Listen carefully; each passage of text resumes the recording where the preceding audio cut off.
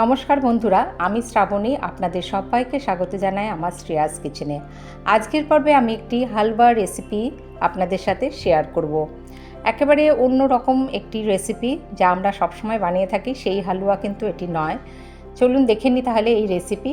এর জন্য আমি নিয়েছি সিদ্ধ করা আলু, এরকম 3টে আলু নিয়েছি, মানে এগুলো মিডিয়াম সাইজ থেকে একটু ছোট। 3টে আলু সিদ্ধ করে নিয়েছি, যেটা আমি এরকম করে প্রথমে গ্রেট করে নিয়েছি। তারপরে কড়াইতে দিয়ে দিচ্ছি ঘি দিয়ে দেবো, এখানে 3-4 চামচ ঘি দিয়ে দেবো।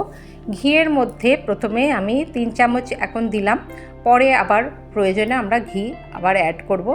প্রথমে দিয়ে দিচ্ছি কটা কাজু বাদামগুলো একটু ভাজা হয়ে এলে তাতে দিয়ে দেবো একটুখানি কিশমিশ, কারণ কিশমিশটা বেশিক্ষণ ভাজা যায় না, সেটা পুড়ে যায়, সেজন্য সেটা শেষে দিলাম, দিয়ে নামিয়ে নিলাম।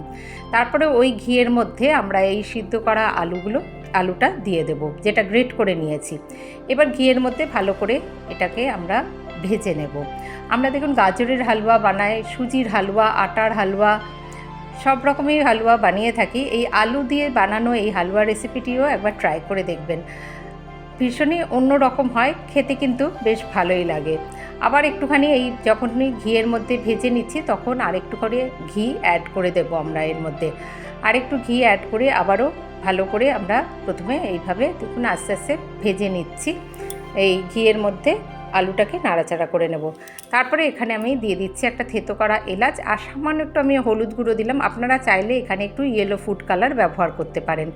সেই হলুদ গুঁড়ো আমি অল্প একটুই দিয়েছি, পুরোটা মিশিয়ে নিলাম ভালো করে এখানে। তারপরে আমি এখানে একটু মিছরি ব্যবহার করেছি, আপনারা মিছরি ছাড়া পুরো চিনি দিয়েও এটি বানাতে পারেন। আমি এখানে প্রথমে 1/4 কাপ মতো একটু মিছরি দিয়েছি। মিছরিটা একটু গলে যাওয়া অবধি ভালো করে নাড়াচাড়া করে নেব। দেখুন মিছরিটা আস্তে আস্তে গলে যাচ্ছে, সেই সময় অবধি একটু নাড়াচাড়া করে নেব। আর এখানে সামান্য একটুখানি দুধ, মানে অল্প একটু 1 টেবিল স্পুন দুধের মধ্যে আমি একটুখানি কেসার ভিজিয়ে রেখেছিলাম, সেইটা দিয়ে দিলাম। এই কেসার মেশানো দুধটা আমরা এখানে দিয়ে দিলাম।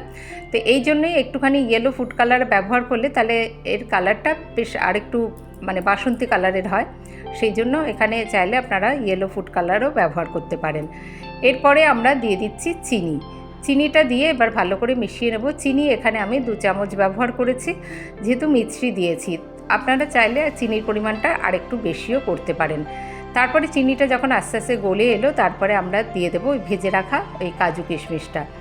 তারপরে ভালো করে আবার নাড়িয়ে নিচ্ছি। দেখুন কাজু কিশমিশটা দিয়ে আবারও মিশিয়ে নেব একদম। এখানে চিনির পরিমাণটা চাইলে আপনারা আরেকটু বেশিও দিতে পারেন। এবার এটা ঠান্ডা করতে রেখে দেবো। তারপর ঠান্ডা হয়ে যাওয়ার পরে আমরা এটা সার্ভ করে দিচ্ছি। এখানে মিষ্টি আপনারা যেরকম পছন্দ করেন সেই মতো দেবেন। আমি যদিও চিনির পরিমাণটা একটু কম দিয়েছি, মানে মিষ্টিটা একটু কম রেখেছি, আপনারা কিন্তু চাইলে আরেকটু মিষ্টি ব্যবহার করতে পারেন। তাহলেই আমাদের এই আলুর হালুয়া সার্ভ করার জন্য রেডি হয়ে গেল। এইভাবে আমি এটি সার্ভ করে দিয়েছি। একদমই ভিন্ন স্বাদের একটি রেসিপি আজকে আমি আপনাদের সাথে শেয়ার করলাম। আশা করি আপনাদের ভালো লাগবে। ভালো লাগলে একটি লাইক অবশ্যই দেবেন, আর আমাকে সাপোর্ট করতে চ্যানেলটিকে সাবস্ক্রাইব করার অনুরোধ রইল। যে সকল বন্ধুরা আমার পাশে আছেন তাদের জানাই অসংখ্য ধন্যবাদ। উপরে একটু পেস্তা কুচি ছড়িয়ে দিলাম, তারপরে এটা পরিবেশন করে দিলাম। আজ আসি, ভালো থাকবেন সকলে, ধন্যবাদ।